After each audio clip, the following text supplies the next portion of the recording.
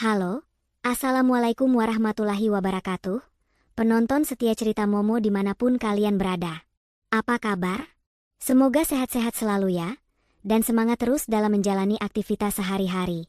Balik lagi bareng aku, Momo, yang siap nemenin waktu santai kalian dengan cerita-cerita yang inspiratif, motivatif, dan penuh hikmah kehidupan. Kali ini, aku mau bagiin kisah yang dijamin bikin kalian semua geleng-geleng kepala, gregetan, tapi juga bakal bikin kalian bangkit dan belajar banyak hal. Judulnya, Pelakor Bangga dan Pede Setelah Berhasil Buat Suamiku Menceraikanku. Suami dan pelakor tak tahu kalau semua harta, aset, dan kekayaan yang mereka incar sudah aku pindahkan ke tanganku. Wah, dengar judulnya aja udah penasaran banget kan? Pokoknya, cerita ini ada di luar nalar. Penasaran gimana kelanjutannya? Sebelum kita mulai, yuk bantu Momo ya. Jangan lupa like video ini, subscribe channel Momo, dan pastinya komen di bawah dengan format nama kalian, asal kota, dan ketik hadir, ya. Biar Momo tahu siapa aja yang udah setia nonton. Udah siap? Yuk, kita mulai. Bagiku, kebahagiaan adalah melihat senyum anak-anakku, merasakan hangatnya pelukan suami, dan menikmati setiap detik yang Tuhan berikan. Aku Luna, seorang istri, ibu, dan wanita yang percaya hidup ini anugerah terindah.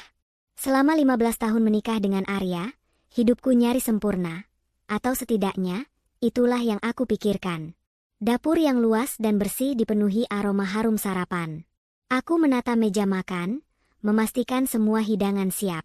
Bima, Tiara, sarapan sudah siap, nanti ayah keburu berangkat, teriakku. Bima, 10, dan Tiara, 7. Muncul dari lantai atas. Yeay, sarapan mama paling enak sedunia, seru Bima sambil memelukku, disusul Tiara yang mengecup pipiku. Aku tertawa, mengusap kepala mereka. Tak lama, Arya, 40-an awal, suamiku yang tampan dan sukses, muncul. Wow, ada apa ini? Pagi-pagi sudah ramai sekali, katanya dengan senyum lebar, menatapku penuh cinta. Ayah, sini sarapan. Aku sudah siapkan kopi kesukaanmu, ajakku. Arya melangkah mendekat, memelukku dari belakang, lalu mengecup keningku lembut. Pemandangan ini seolah rutinitas yang diidamkan banyak orang. Anak-anak berebut duduk di sampingnya. Pemandangan keluarga sempurna, layaknya poster iklan. Sepanjang sarapan, canda tawa memenuhi meja makan. Arya adalah segalanya bagiku. Suami yang perhatian, ayah yang penyayang, dan pengusaha sukses. Perusahaan konsultan miliknya, Arya Corp, tumbuh pesat, membuatnya dihormati. Banyak rekan dan teman iri dengan keharmonisan rumah tangga kami, selalu bilang aku beruntung. Aku pun merasakannya, merasa wanita paling beruntung di dunia. Sementara Arya sibuk di kantornya, aku juga disibukkan dengan urusanku. Setelah mengantar anak-anak sekolah, aku memantau pekerjaan rumah tangga dan memeriksa dokumen properti kami. Aku punya peran besar dalam mengelola aset keluarga, menghitung pemasukan sewa, dan memastikan semua berjalan lancar. Pak Budi, bagaimana dengan properti yang di Kemang? Sudah ada penyewa baru? Tanyaku di telepon, sambil membuka laptop. Sudah Bu Luna. Kemarin sore, keluarga Pak Joni sudah tanda tangan kontrak. Dokumennya sudah saya kirim ke email Ibu, jawab Pak Budi. Syukurlah. Bagus sekali. Tolong pantau terus ya. Jangan lupa laporan bulanan dikirim tepat waktu, pesanku. Aku tersenyum puas, menutup laptopku. Aku memang cerdas dan teliti. Sore hari, aku menjemput anak-anak. Kami pergi ke taman bermain. Aku bahagia melihat mereka ceria, berlarian di antara ayunan dan perosotan. Aku sesekali melihat ponselku, berharap ada pesan dari Arya. Namun, ponselku tetap hening. Beberapa minggu berlalu. Perubahan pada Arya mulai terasa kentara. Ia semakin sering pulang larut malam, wajahnya lebih lelah, senyumnya tipis. Alasannya selalu sama. Rapat mendadak, klien dari luar kota, atau proyek baru. Kamu capek banget ya? Yah, akhir-akhir ini sering pulang malam. Kopi juga udah dingin tuh, kataku, sambil membantunya melepas dasi. Kekhawatiran terlihat di keningku. Iya, sayang. Proyek baru ini benar-benar menyita waktu dan energi.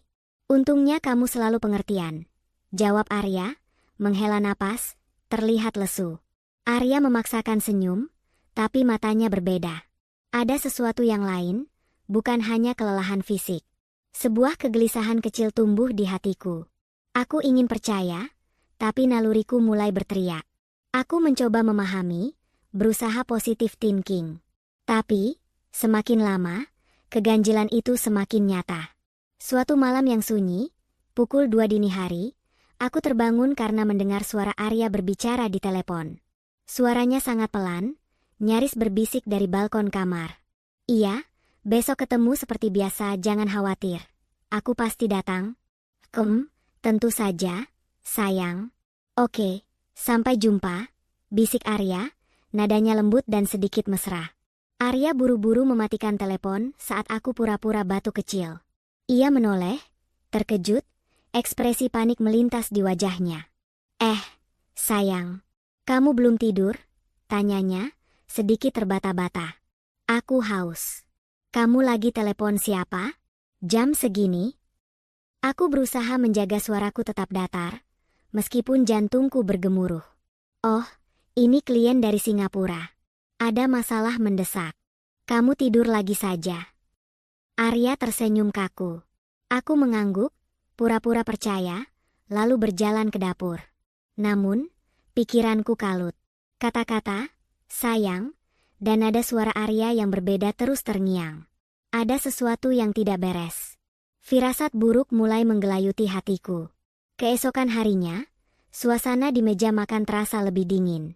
Arya terlihat terburu-buru, tidak menghabiskan sarapannya, dan percakapannya dengan anak-anak pun singkat. Aku mengantarnya sampai depan pintu. Hati-hati di jalan, yah. Jangan lupa makan siang, pesanku. Iya, sayang. Aku buru-buru. Ada meeting penting pagi ini, jawab Arya. Ia mencium keningku terburu-buru, tidak sehangat biasanya. Sentuhannya terasa hambar. Setelah Arya pergi, aku kembali ke kamar. Saat merapikan tempat tidur dan mengambil jas Arya dari sofa untuk dimasukkan ke keranjang cucian, sesuatu yang kecil dan lembut terjatuh dari saku dalam jasnya. Tanganku gemetar memungutnya. Itu adalah sehelai sapu tangan sutra berwarna ungu lembut. Bukan sapu tangan Arya yang biasa. Desainnya elegan, dengan sulaman bunga kecil. Dan yang membuat jantungku berdegup kencang, sapu tangan itu memiliki aroma parfum wanita yang sangat asing. Wanginya manis, seperti perpaduan bunga melati dan vanila, tapi juga tajam, menusuk indera penciumanku.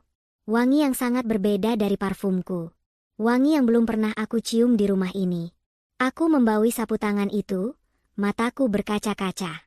Ekspresiku berubah drastis dari bingung menjadi terkejut, lalu sakit hati, dan akhirnya marah membara. Aku memegang sapu tangan itu erat-erat, seolah bukti nyata pengkhianatan yang kurasakan. Tanganku mengepal, kuku-kukuku memutih menahan emosi. Parfum ini, bukan parfumku. Bukan parfum wanita manapun yang aku kenal. Ini parfum wanita lain. Wajahku kini dipenuhi pertanyaan, kekecewaan, dan kecurigaan yang menguat. Ilusi kesempurnaan hidupku, rumah tanggaku yang kubanggakan, kini retak, hancur berkeping-keping. Aku tahu, ini hanyalah permulaan dari badai yang jauh lebih besar yang akan menghantam kehidupanku. Air mata mulai mengalir di pipiku, bukan karena sedih, tapi karena kemarahan dan tekad untuk mencari tahu kebenaran. Aroma itu, seperti bisikan dari sebuah rahasia gelap yang selama ini tersembunyi. Aroma yang memecah ilusi kebahagiaan yang selama ini aku bangun. Aku tahu, ada sesuatu yang disembunyikan Arya. Dan aku harus mencari tahu apa itu. Aku tidak akan diam. Sapu tangan ungu itu menjadi awal dari segalanya. Setelah penemuan yang menyakitkan itu, tidurku tak lagi nyenyak. Pikiran-pikiran buruk terus berputar di kepala, mengubah ilusi kesempurnaan yang kupelihara menjadi bayangan-bayangan gelap. Aku merasa harus mencari tahu. Bukan untuk menghakimi, tapi untuk memastikan apa yang sebenarnya terjadi pada rumah tanggaku. Keesokan harinya, aku memutuskan untuk bertindak. Aku memulai dari hal paling sederhana, mencari tahu tentang rekan kerja Arya. Aku tahu dia punya banyak kolega, Tapi siapa yang bisa membuat Arya mengubah kebiasaannya sampai seperti ini? Aku membuka laptop, mulai menelusuri daftar karyawan di Arya Corp yang bisa kudapatkan dari sebuah tautan berita tentang perusahaan tersebut, mencari wajah-wajah baru, atau mungkin nama yang sering disebut Arya akhir-akhir ini. Di antara sekian banyak nama, sebuah foto menarik perhatianku. Wanita muda dengan senyum menawan, namun dengan tatapan mata yang tajam dan ambisius. Namanya Sandra. Dia adalah manajer proyek baru di Arya Corp, baru bergabung sekitar 6 bulan yang lalu. Profilnya di media sosial dipenuhi foto-foto glamor, seolah ingin menunjukkan kehidupan mewah yang ia jalani. Ada beberapa foto di acara kantor yang juga menampilkan Arya di latar belakang. Tidak ada yang aneh, tapi ada sesuatu di matanya yang membuatku tidak nyaman. Beberapa hari kemudian, aku menyempatkan diri untuk datang ke kantor Arya dengan dalih ingin mengantarkan makan siang kesukaannya. Ini adalah hal yang jarang kulakukan, karena Arya tidak suka aku datang ke kantornya tanpa pemberitahuan. Namun, kali ini, aku punya alasan yang kuat. Aku ingin melihat sendiri, siapa sosok Sandra ini. Maaf, Bu Luna, Pak Arya sedang meeting di ruang direksi, ucap resepsionis dengan ramah. Aku mengangguk. Tidak apa-apa. Saya tunggu saja di lobi. Oh, kalau boleh tahu, saya mau menitipkan makan siang ini. Nanti setelah meeting selesai, tolong berikan kepada Bapak Arya ya. Saat aku menunggu di lobi yang mewah, aku memperhatikan setiap orang yang berlalu lalang. Aku pura-pura membaca majalah, tapi mataku mengamati setiap detail. Tak lama, pintu lift terbuka, dan dari sana, muncullah Arya bersama seorang wanita. Dia adalah Sandra, seperti yang kulihat di foto. Penampilannya sangat menarik, mengenakan blazer merah menyala dan rok pensil ketat yang menonjolkan lekuk tubuhnya. Dia tertawa renyah, bahkan sesekali menyentuh lengan Arya saat mereka berbicara. Arya terlihat sangat akrab dengannya. Senyumnya jauh lebih lebar dan lepas dibandingkan senyumnya kepadaku akhir-akhir ini. Jantungku berdebar kencang. Firasat buruk itu semakin kuat.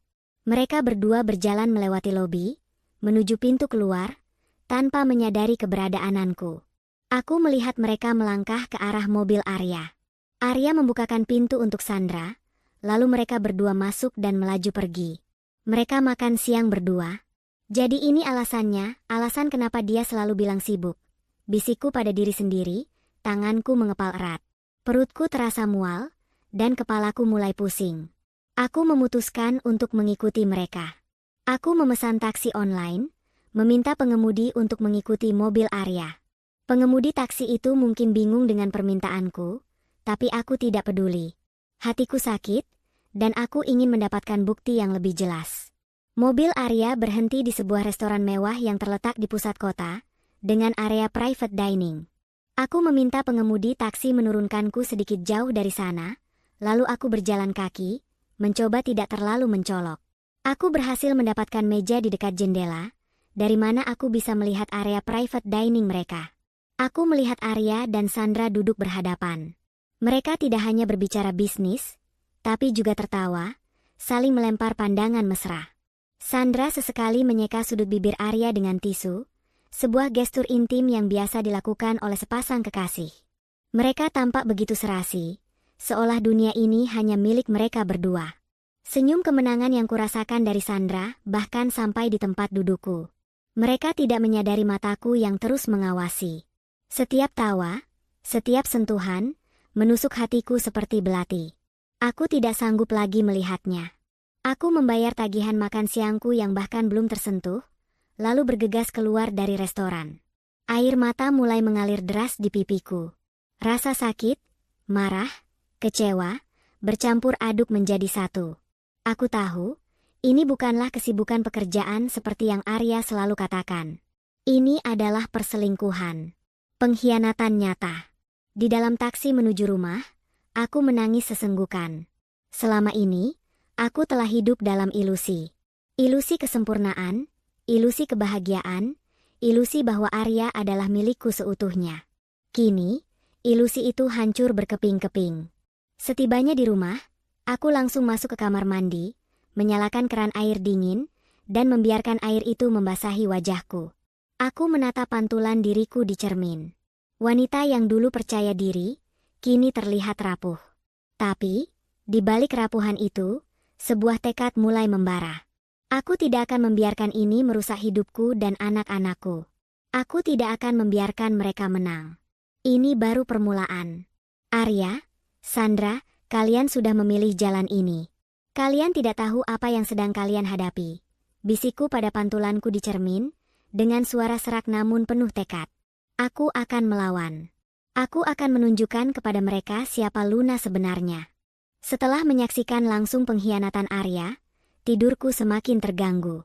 Malam-malam kulalui dengan mata terbuka, memikirkan bagaimana cara mendapatkan bukti yang lebih konkret. Aku tidak bisa hanya mengandalkan firasat atau penglihatan sekilas di restoran. Aku butuh bukti tak terbantahkan, sesuatu yang bisa kupegang, sesuatu yang akan membuat Arya tidak bisa mengelak lagi. Aku tahu Arya sangat protektif dengan ponselnya. Selalu dikunci dengan kode atau sidik jari. Namun, aku ingat pernah melihat Arya memasukkan kode PIN saat dia sedang setengah tertidur. Aku mencoba kombinasi angka yang kuingat, berharap itu benar. Dan keajaiban itu terjadi. Ponsel Arya terbuka. Tanganku gemetar saat menjelajahi isi ponselnya. Aku mencari di galeri foto, pesan, dan log panggilan. Setiap sentuhan terasa seperti mengoyak hati sendiri. Dan akhirnya, di sebuah folder tersembunyi yang ia beri nama, Proyek Penting, aku menemukan puluhan foto. Foto-foto mesra Arya dan Sandra. Mereka berpelukan di pantai, berciuman di depan Menara Eiffel, saat Arya bilang sedang perjalanan bisnis ke Eropa, makan malam romantis dengan lilin, bahkan foto-foto mereka saat berlibur di sebuah villa mewah. Senyum sumringah di wajah Sandra, tatapan penuh nafsu dari Arya, semuanya terekam jelas. Hatiku remuk redam. Air mata yang sudah kubendung sejak lama akhirnya tumpah ruah. Tangisanku pecah, histeris, mengisi kesunyian malam itu. Aku menutup mulutku agar tidak membangunkan anak-anak yang sedang tidur pulas di kamar sebelah. Dadaku terasa sesak, sakit luar biasa. Pengkhianatan ini begitu nyata, begitu kejam. Aku segera memindahkan semua foto itu ke ponselku sebagai bukti. Aku juga membaca beberapa pesan singkat mereka. Pesan-pesan yang berisi janji manis, rencana masa depan, dan bahkan obrolan tentang bagaimana mereka akan memulai hidup baru setelah masalah rumah tangga Arya selesai. Mereka bahkan berani menyebutku sebagai masa lalu yang harus segera disingkirkan. Ya Tuhan, Arya, bagaimana bisa kamu setega ini? Bisikku di antara isak tangis. Aku tidak bisa menahan diri lagi. Aku memutuskan untuk konfrontasi. Saat Arya pulang dari kantor keesokan harinya, ia masuk ke kamar dengan wajah lelah seperti biasa. Ia mencoba mencium keningku, tapi aku menepisnya. Ada apa, sayang? Tanyanya, kaget dengan reaksiku. Aku menatapnya dengan mata merah bengkak. Tanganku gemetar, tapi suaraku berusaha kuatur sekuat mungkin. Bisakah kamu jelaskan ini, Arya? Aku melemparkan ponselku yang menampilkan foto-foto mesranya dengan Sandra di hadapannya. Wajah Arya langsung memucat. Matanya melebar, ekspresi terkejut, lalu panik. Ia mengambil ponselku, melihat foto-foto itu, dan mencoba mengelak. Luna, ini tidak seperti yang kamu pikirkan. Ini hanya salah paham. Ini foto lama. Salah paham? Suaraku meninggi, tidak bisa lagi kutahan. Salah paham bagaimana? Arya, ada puluhan foto mesra kalian. Kalian berciuman di Paris. Kalian berlibur di villa. Apalagi yang mau kamu elak? Aku bisa jelaskan. Ini hanya bagian dari pekerjaan. Klien. Ya, klien yang sangat manja. Aku terpaksa melayaninya. Arya mencoba mencari alasan yang tidak masuk akal. Keringat dingin mulai membasahi pelipisnya. Klien? Teriakku histeris. Klien mana yang kamu panggil? Sayang, ditelepon jam 2 pagi. Klien mana yang sapu tangannya beraroma parfum murahan ada di saku jasmu? Cukup, Arya. Jangan jadi pengecut. Akui saja. Arya terdiam. Wajahnya menunduk, tidak berani menatap mataku. Beberapa detik kemudian, ia mengangkat wajahnya. Kali ini, tidak ada lagi kepanikan. Hanya ada tatapan dingin, bahkan sedikit jijik. Baik. Kalau kamu sudah tahu, apalagi yang mau kamu dengar? Ya, aku berselingkuh dengan Sandra. Dan aku mencintainya. Aku sudah tidak mencintaimu, Luna, ucapnya dengan nada datar dan dingin, tanpa sedikit pun penyesalan. Setiap katanya menusuk jantungku. Aku mundur selangkah, tidak percaya dengan apa yang baru saja ku dengar. Apa? Apa yang baru saja kamu katakan, Arya? Aku sudah tidak nyaman denganmu, Luna. Kamu terlalu posesif, terlalu monoton. Aku butuh seseorang yang bisa mengerti ambisiku, seseorang yang selevel denganku, seperti Sandra. Kami sudah lama tidak cocok, lanjut Arya, seolah aku adalah orang asing di depannya. Hatiku benar-benar hancur berkeping-keping. Bukan hanya karena perselingkuhan itu, tapi karena sikap Arya yang tak menunjukkan penyesalan sedikit pun, bahkan menyalahkanku. Air mataku kembali tumpah, lebih deras dari sebelumnya. Aku tidak bisa lagi berkata-kata, hanya isak tangis yang terdengar. Perceraian adalah jalan terbaik untuk kita berdua, kata Arya, suaranya kini terdengar seperti orang asing. Aku akan ajukan gugatan cerai. Dan jangan mempersulit. Demi anak-anak. Aku menatapnya nanar, tak percaya bahwa pria yang kucintai selama 15 tahun bisa menjadi sekejam ini. Kamu benar-benar akan menceraikanku demi wanita itu. Ya, aku sudah tidak tahan lagi hidup denganmu, Luna. Aku butuh kebebasan. Dan Sandra bisa memberikannya, jawab Arya tanpa ragu. Pikiranku berputar, dunia terasa gelap. Namun, di tengah kehancuran itu, secercah cahaya muncul. Tekadku untuk tidak menyerah, untuk berjuang demi anak-anakku, mulai menguat. Aku akan menghadapi ini. Aku akan menunjukkan pada mereka bahwa aku bukan wanita yang bisa diinjak-injak begitu saja. Air mata masih mengalir, tapi kali ini ada kilatan tekad di mataku. Baik, Arya. Kalau itu maumu. Tapi ingat, kamu akan menyesalinya. Sangat menyesal. Arya hanya tersenyum sinis, seolah meremehkan ancamanku. Ia tak tahu bahwa di balik tangisanku, sebuah rencana balas dendam yang dingin dan cantik baru saja dimulai. Dia menantang orang yang salah. Dia tidak tahu siapa Luna sebenarnya. Kata-kata Arya yang dingin bagaikan petir di siang bolong. Ia benar-benar akan menceraikanku. Demi Sandra. Demi keegoisannya. Luka di hatiku semakin menganga, namun amarah yang membara jauh lebih besar. Aku tak akan membiarkan Arya dan wanita itu begitu saja menghancurkan hidupku dan anak-anak. Jika perceraian adalah satu-satunya jalan, maka aku akan memastikan itu adalah jalan paling pahit bagi mereka. Sejak hari itu, rumah terasa seperti medan perang dingin. Arya dan aku bicara hanya seperlunya, terutama tentang anak-anak. Namun, Arya semakin gencar membahas perceraian. Setiap hari, ia akan melontarkan kalimat-kalimat seperti, "Sampai kapan kita begini, Luna? Lebih baik kita selesaikan ini sekarang." Atau, "Aku sudah bilang, aku ingin memulai hidup baru. Jangan persulit." Yang membuatku semakin sakit hati adalah kehadiran Sandra. Ia tidak lagi bersembunyi. Sandra bahkan sesekali menelepon Arya saat kami sedang makan malam bersama anak-anak, dengan suara manja yang sengaja ia buat agar aku dengar. Pernah suatu kali, Arya bahkan menyalakan mode loudspeaker saat Sandra menelepon, dan aku bisa mendengar suara centil Sandra berkata, "Sayang, kamu sudah urus perceraiannya? Aku sudah tidak sabar untuk kita hidup bersama di rumah baru kita." Kalimat itu seolah sengaja dilemparkan untuk memprovokasiku. Arya juga mulai mengancam. "Jika kamu mempersulit perceraian ini, aku akan mengambil hak asuh anak. Kamu tidak akan bisa melakukan apa-apa tanpa uangku," katanya suatu malam, saat anak-anak sudah tertidur. Matanya memancarkan kesombongan, yakin bahwa ia punya kendali penuh. Ia berpikir aku akan pasrah begitu saja, karena terancam kehilangan anak-anakku. Aku hanya diam, menatapnya tajam. Di luar, aku terlihat pasrah dan putus asa. Namun di dalam hati, sebuah rencana mulai terbentuk. Aku tahu Arya dan Sandra mengincar harta kami.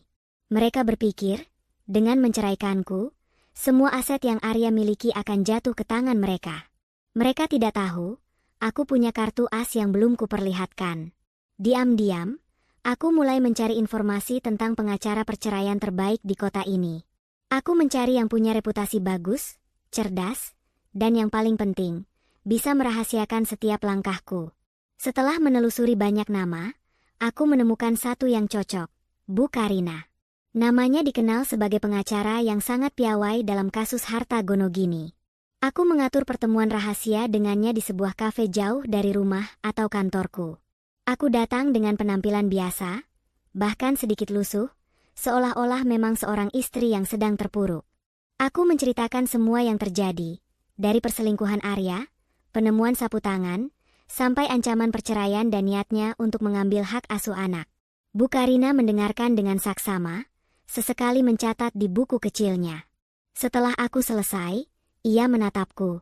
Bu Luna, saya mengerti posisi Anda. Banyak istri yang pasrah dalam situasi seperti ini. Tapi, Anda berbeda. Anda punya keberanian dan tekad. Itu adalah modal utama. Saya hanya ingin keadilan, Bu Karina. Dan saya ingin melindungi anak-anak saya. Kataku, suaraku bergetar. Tentu. Hukum di negara kita melindungi hak istri atas harta gono gini, Bu. Apalagi jika Anda juga punya andil dalam pengembangan aset selama ini. Dan soal hak asuh anak, itu tidak semudah yang Pak Arya bayangkan. Jelas Bu Karina.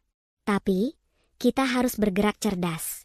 Kita harus melindungi aset yang Anda miliki sebelum Arya bertindak lebih jauh.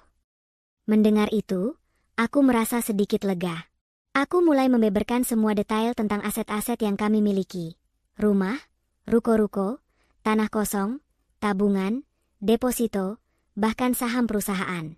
Aku menunjukkan semua dokumen asli yang kumiliki, yang selama ini kusimpan dengan rapi.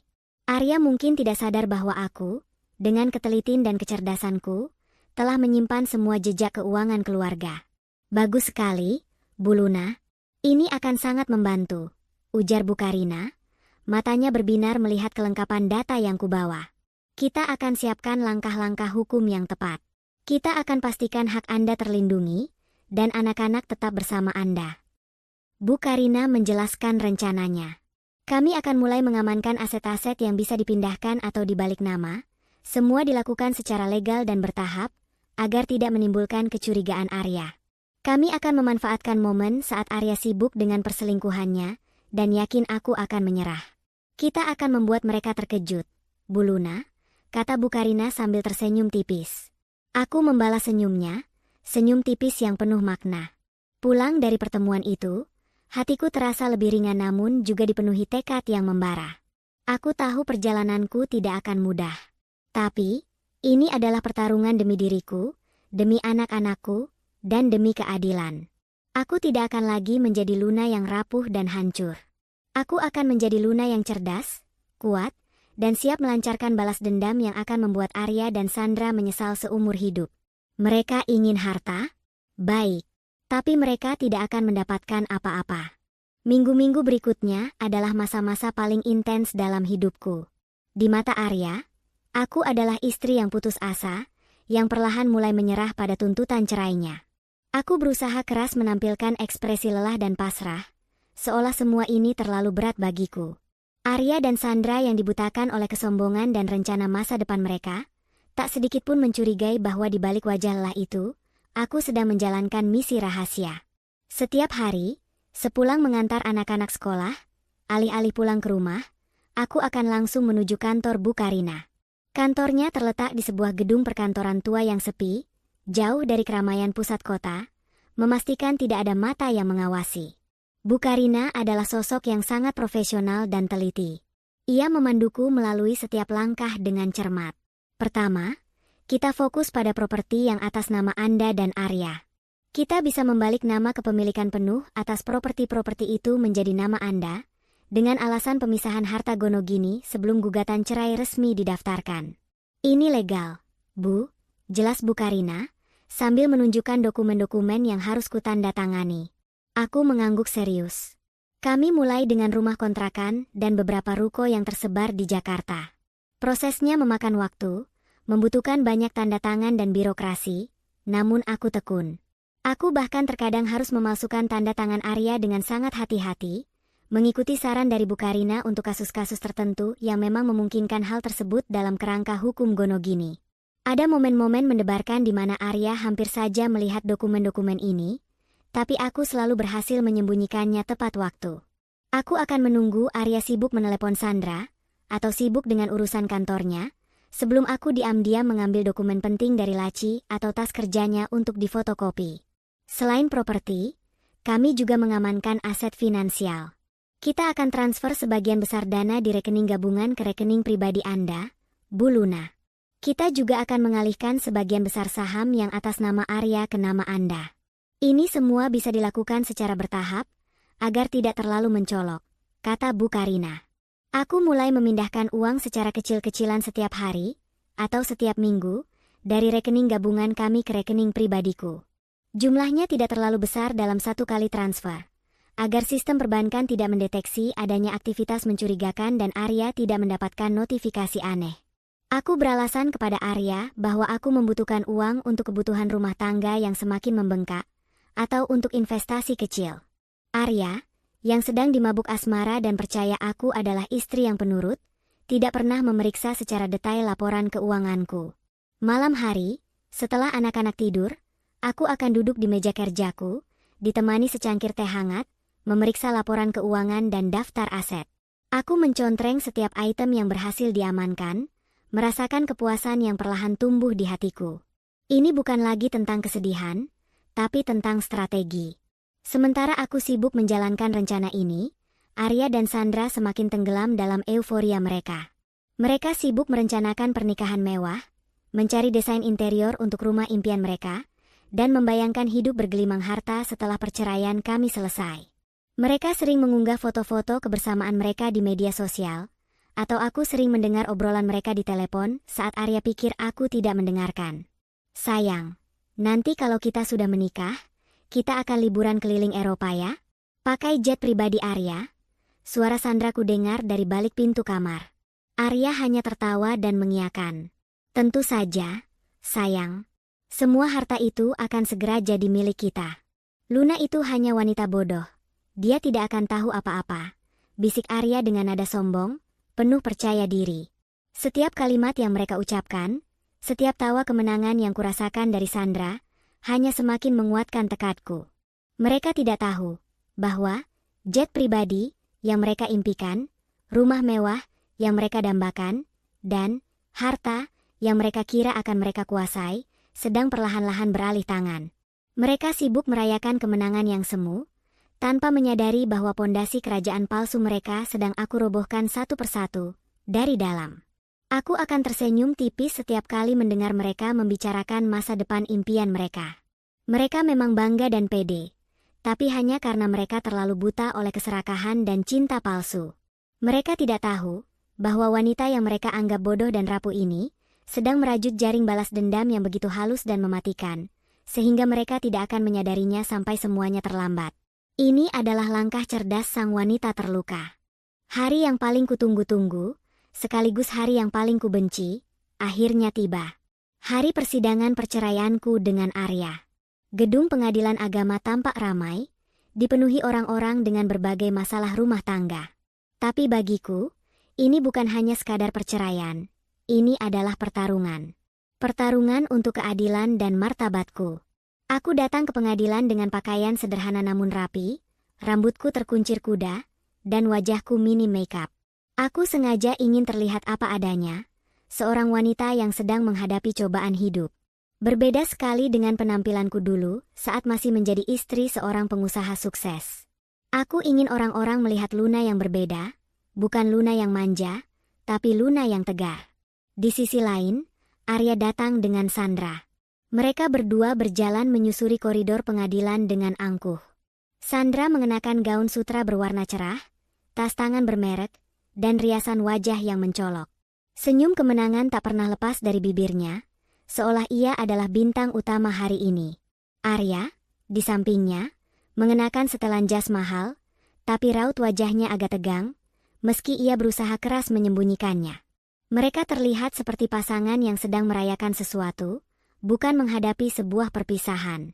Saat kami duduk di ruang sidang, aku bisa merasakan tatapan Sandra. Tatapan merendahkan, penuh ejekan, seolah berkata, "Lihat, Luna. Aku menang.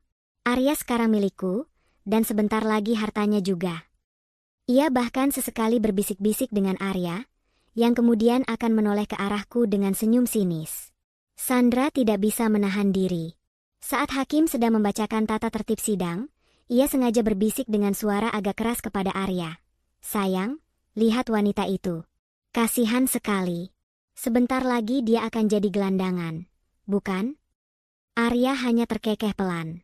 Hatiku terasa panas, tapi aku tak bergeming. Aku tetap tenang. Pandanganku lurus ke depan, ke arah hakim. Senyum tipis, nyaris tak terlihat, tersungging di bibirku. Senyum yang penuh makna, sebuah janji bahwa mereka akan terkejut. Biarkan saja mereka tertawa sekarang. Tawa itu tidak akan bertahan lama. Proses persidangan berjalan cukup panas. Arya dan pengacaranya mencoba memojokkanku, menuduhku tidak becus mengurus rumah tangga dan menghambat karirnya.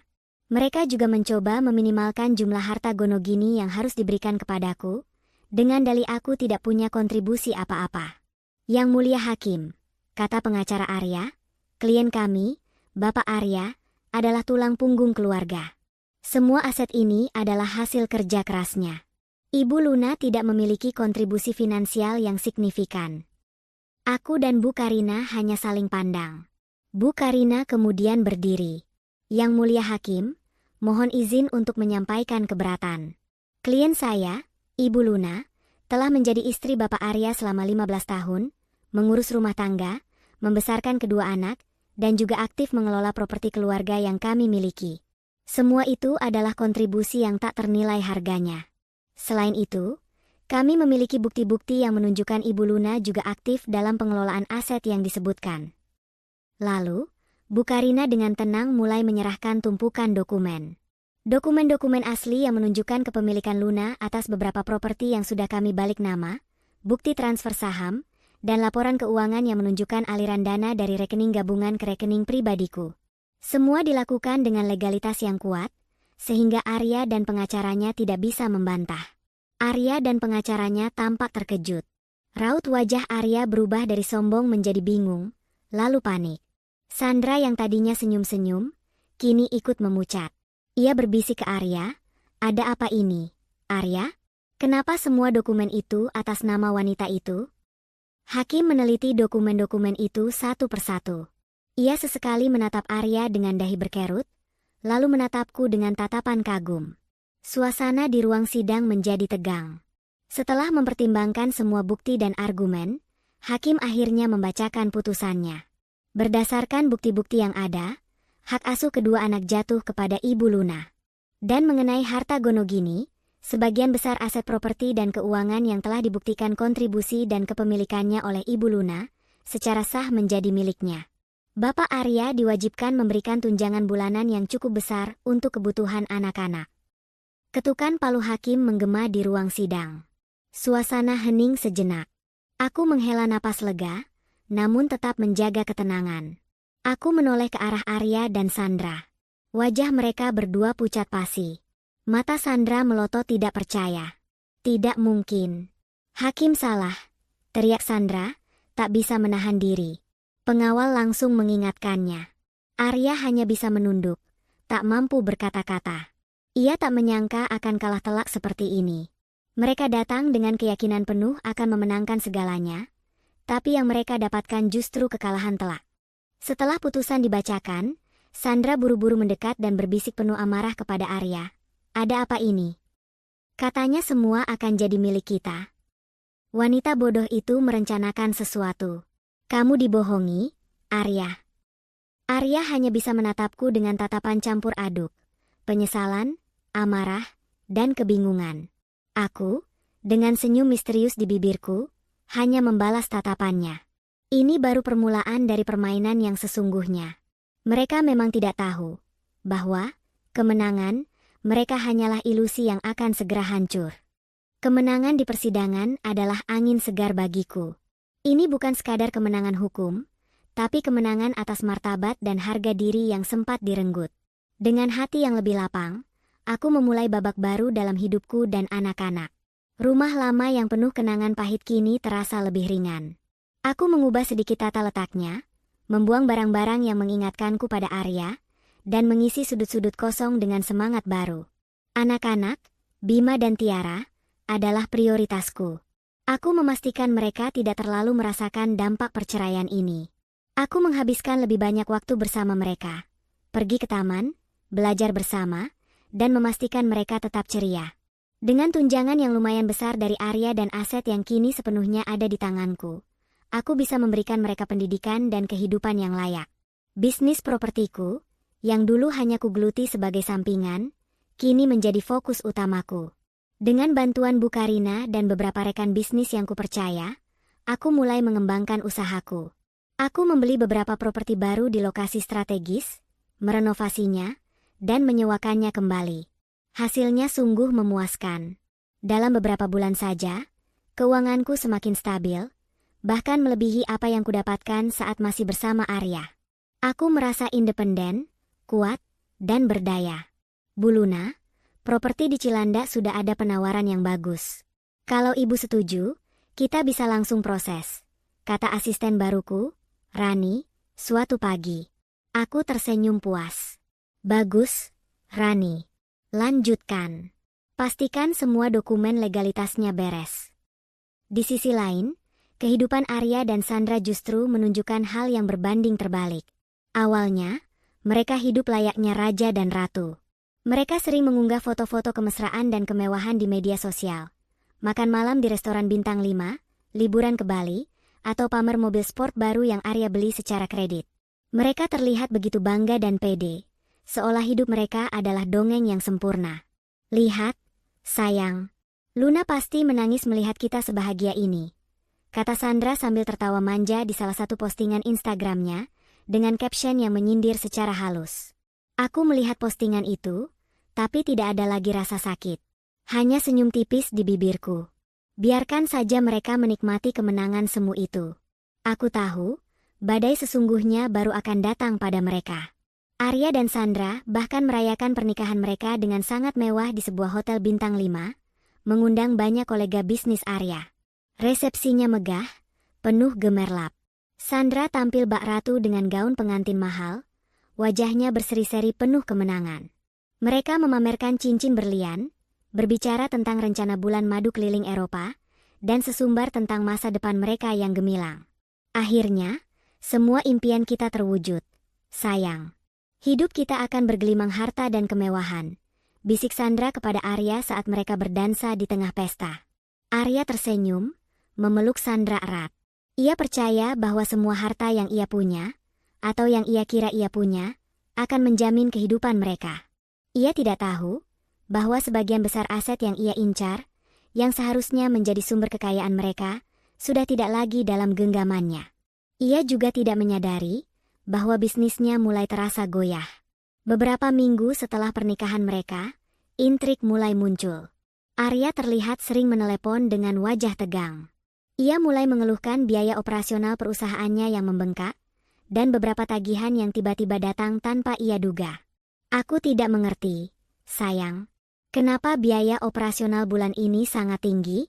Dan kenapa ada tagihan pajak properti yang sebesar ini? Bukankah itu sudah beres?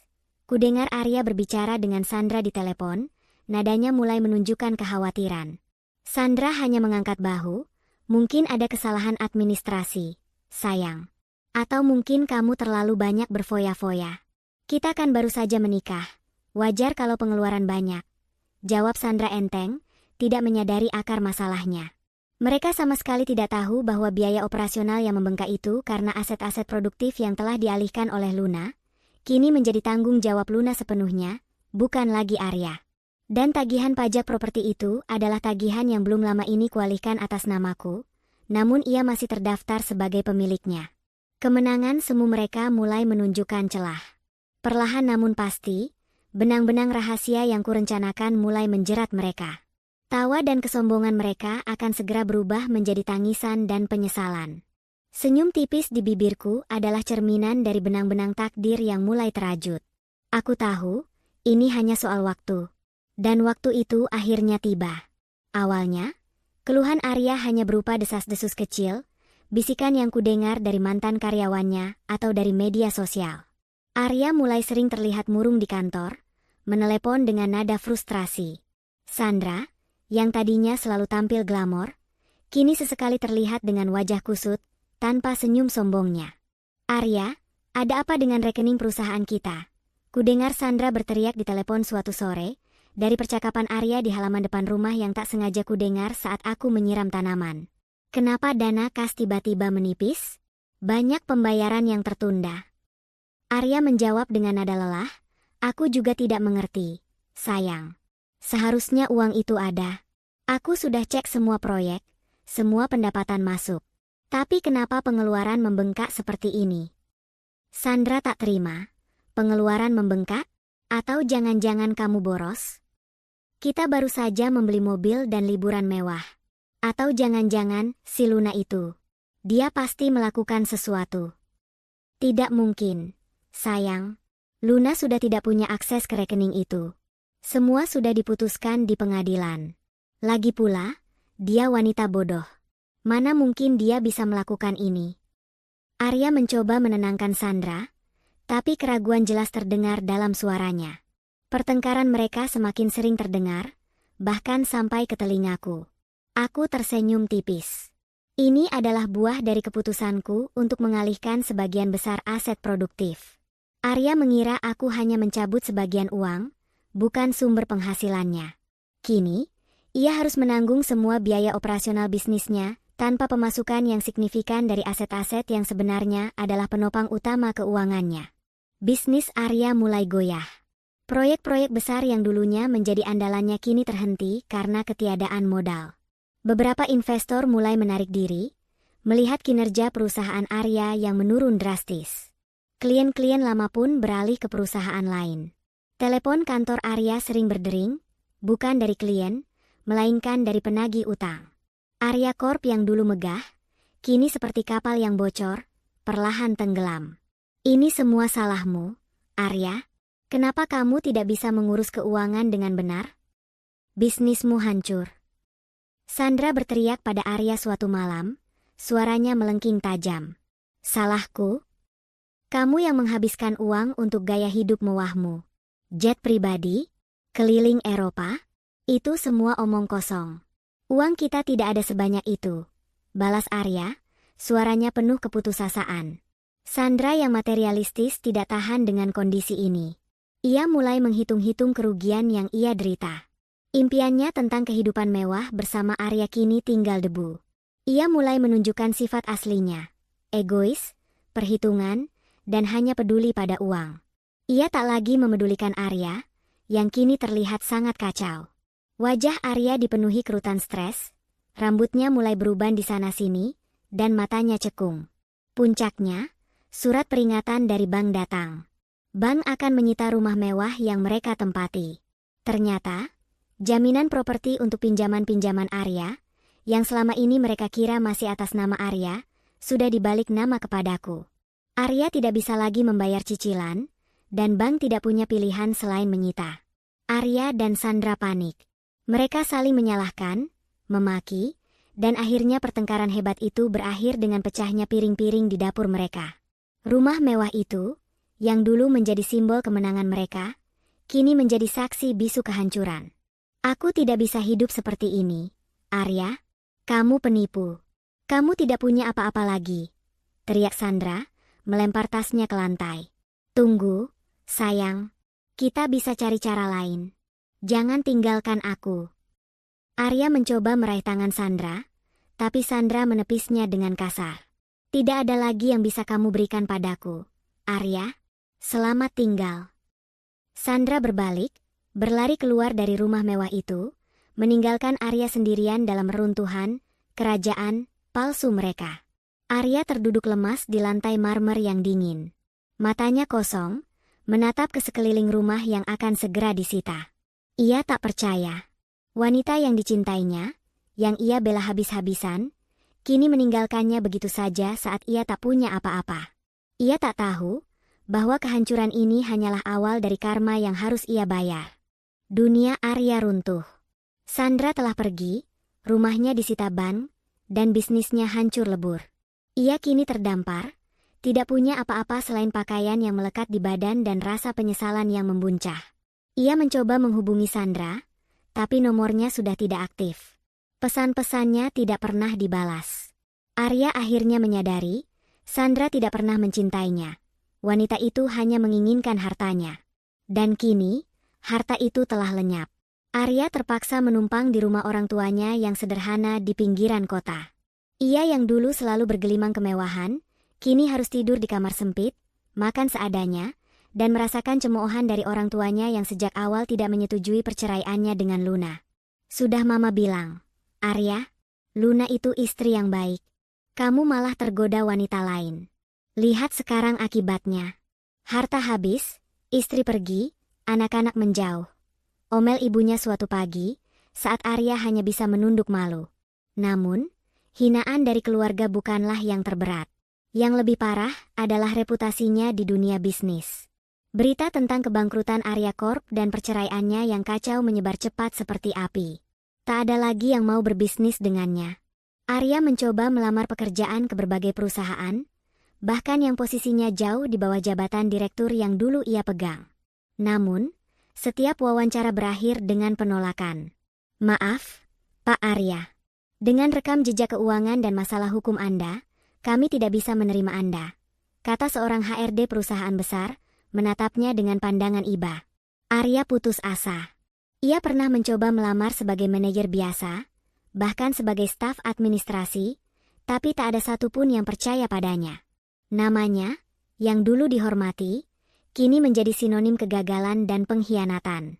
Pintu-pintu kesempatan tertutup rapat di hadapannya. Tak hanya itu, utang-utang mulai menumpuk. Mobil mewah yang ia beli secara kredit kini disita. Kartu kreditnya diblokir. Penagih utang datang silih berganti ke rumah orang tuanya, membuat suasana semakin tegang. Ia harus menjual barang-barang peninggalan yang masih ia punya, hanya untuk membayar sebagian kecil dari tumpukan utangnya.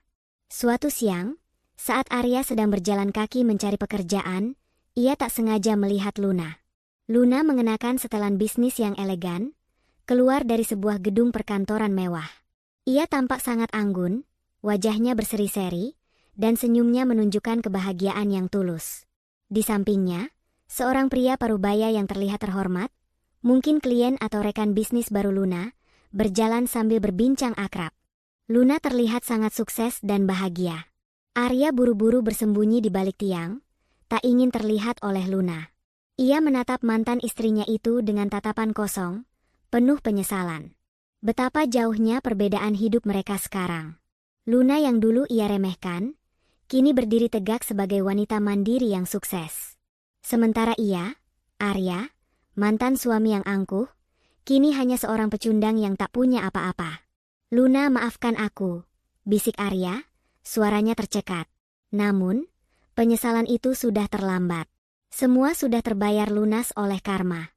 Ia tidak tahu, ini baru awal dari babak terakhir kejatuhannya. Waktu terus berjalan, membawa Luna pada puncak kehidupannya dan menjerumuskan Arya semakin dalam ke jurang kesengsaraan. Bagi Luna, setiap hari adalah lembaran baru yang dipenuhi berkah dan kedamaian. Bisnis propertinya berkembang pesat, merambah ke berbagai kota. Namanya dikenal sebagai pengusaha wanita yang visioner dan jujur. Kantornya kini lebih besar, karyawannya bertambah, dan ia bahkan sering diundang sebagai pembicara di seminar-seminar kewirausahaan wanita. Anak-anaknya, Bima dan Tiara, tumbuh menjadi remaja yang cerdas dan berprestasi. Mereka bangga pada ibu mereka yang kuat dan mandiri. Tunjangan dari Arya, meski nominalnya sudah tidak seberapa dibandingkan dengan penghasilan Luna, tetap ia gunakan untuk keperluan anak-anak, sebagai pengingat bahwa ada tanggung jawab yang harus dipenuhi oleh seorang ayah. Luna menemukan kebahagiaan sejati dalam kemandirian dan kebersamaan dengan anak-anaknya. Ia tidak lagi membutuhkan cinta yang palsu atau ilusi kesempurnaan. Ia punya kehidupannya sendiri, yang jauh lebih nyata dan memuaskan. Di sisi lain, kehidupan Arya adalah potret sempurna dari sebuah karma yang tuntas terbayar. Ia benar-benar hidup sengsara. Setelah diusir dari rumah orang tuanya karena tumpukan utang dan sifatnya yang tak kunjung berubah, Arya menjadi gelandangan. Ia tidur berpindah-pindah, dari emperan toko hingga masjid. Pakaiannya lusuh, rambutnya acak-acakan, dan wajahnya dipenuhi kumis dan jenggot tak terurus. Ia makan dari belas kasihan orang, atau dari sisa makanan yang ia temukan. Arya mencoba lagi melamar pekerjaan, apapun itu. Ia pernah mencoba menjadi driver ojek online, tapi motornya disita karena tidak bisa bayar cicilan. Ia mencoba menjadi kuli panggul, tapi tenaganya tak sekuat dulu dan ia sering dipecat karena sering sakit-sakitan akibat kurang gizi. Setiap pintu yang ia ketuk, setiap kesempatan yang ia coba raih, selalu tertutup. Reputasinya yang buruk, nama besarnya yang pernah hancur, menjadi tembok tak terlihat yang menghalanginya. Tidak ada lagi yang percaya padanya. Sandra? Tak ada kabar beritanya. Ia menghilang begitu saja, kembali ke kehidupan lamanya mencari mangsa baru. Arya akhirnya sendirian, tanpa harta, tanpa pekerjaan, tanpa keluarga, dan tanpa teman. Utang-utangnya terus menghantuinya, membuatnya sering terbangun di malam hari karena ketakutan. Suatu sore yang cerah, saat Luna sedang dalam perjalanan pulang dari kantor, mobil mewahnya melintas di persimpangan jalan kota. Matanya tak sengaja menangkap sosok yang familiar. Seorang pria lusuh, duduk bersandar di tembok, dengan tatapan kosong, mengulurkan tangan meminta-minta kepada pejalan kaki. Pria itu adalah Arya. Jantung Luna berdesir. Ia meminta drivernya untuk berhenti sebentar. Ia memandang Arya dari kejauhan, dari balik kaca mobil yang gelap. Pria itu jauh berbeda dari Arya yang dulu ia kenal. Mantan suaminya yang sombong dan angkuh kini tak ubahnya seorang pengemis. Ada gurat penyesalan yang dalam di wajah Arya, meskipun ia tak menyadari bahwa Luna ada di sana, mengawasinya. Luna hanya tersenyum simpul, sebuah senyuman yang lebih mirip rasa iba dan kepuasan yang dingin. Bukan karena dendam, melainkan karena keadilan yang telah ditegakkan. Ia melihat hasil dari setiap langkah cerdasnya, dari setiap tangisannya yang ia ubah menjadi kekuatan.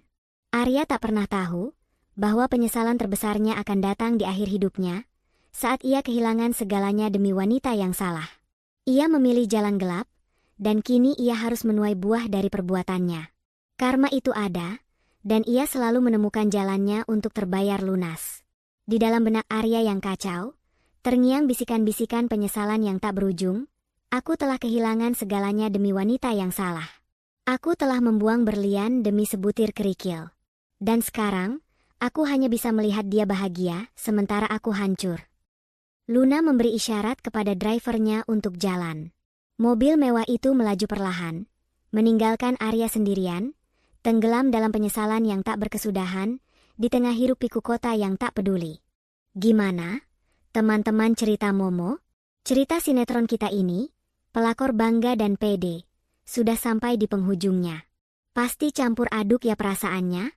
Ada yang ikut marah, ikut sedih, tapi juga ikut bangga sama kekuatan Luna. Kisah Luna ini bukan sekadar fiksi, loh. Ini adalah cerminan dari kehidupan, tentang bagaimana pengkhianatan bisa datang dari orang terdekat, tapi juga bagaimana kecerdasan dan keteguhan hati seorang wanita bisa jadi senjata paling ampuh. Kita belajar bahwa karma itu nyata, dan dia tidak pernah salah alamat. Setiap perbuatan, baik atau buruk, pasti akan ada balasannya.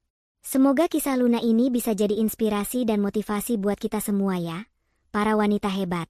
Jangan pernah menyerah, jangan pernah merasa lemah. Di balik setiap badai, pasti ada pelangi yang indah menunggu. Dan ingat, Tuhan tidak pernah tidur. Keadilan akan selalu menemukan jalannya. Terima kasih banyak sudah setia menonton sinetron ala Momo kali ini. Jangan lupa untuk selalu like video ini. Komen di bawah apa pendapat kalian tentang kisah Luna dan Arya. Dan pastinya subscribe channel Momo biar enggak ketinggalan cerita-cerita inspiratif lainnya. Sampai jumpa di video selanjutnya. Sehat selalu dan salam semangat.